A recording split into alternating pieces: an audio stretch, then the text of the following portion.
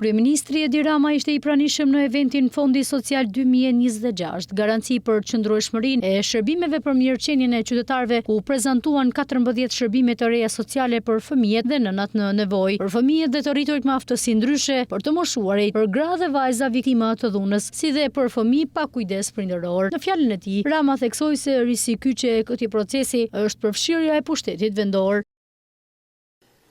Por risia vendimtare e këtij procesi ka qenë shtrirja e shërbimeve në nivelin vendor dhe përfshirja e pushtetit vendor në mënyrë aktive, gjë që është në hapat e parë për hir të vërtetës, por që në hapat e parë na ka dhënë të gjitha arsyet për të besuar se kjo është rruga e drejtë.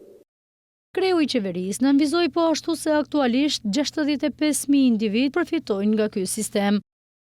Thënë të gjitha këto, dua të shtoj se buxheti është gjithmonë më domethënës, sigurisht.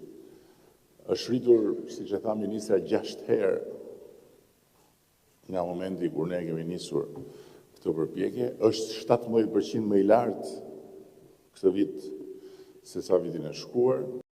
Rama theksoi gjithashtu edhe rëndësinë e përfshirjes së familjarëve në sistemin e përkujdesjes sociale, veçanërisht për fëmijët pa kujdes prindëror. Sa i përket buxhetit, Rama bëri të ditur se buxheti është rritur 6 herë që nga momenti ishte nisur kjo përpjekje. Rama po ashtu përmendi edhe transformimin e shtëpisë përkujdesjes për fëmijët Zyber Hallulli në Tiranë, duke theksuar se bashkëpunimi me bashkitë e tjera do të shqyrtohet mundësinë për krijimin e hapësirave komunitare me standarde dhe cilësi.